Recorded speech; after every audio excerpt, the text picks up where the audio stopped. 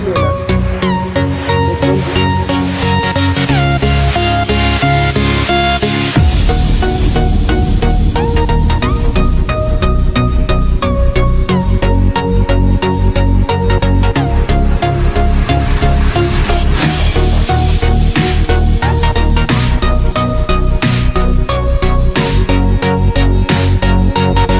Kako je bio trening? Kako je bio? Bilo je u onom smjeru teško, natrag prihvatljivo teško. Uvijek patimo na moju ženu, uvijek.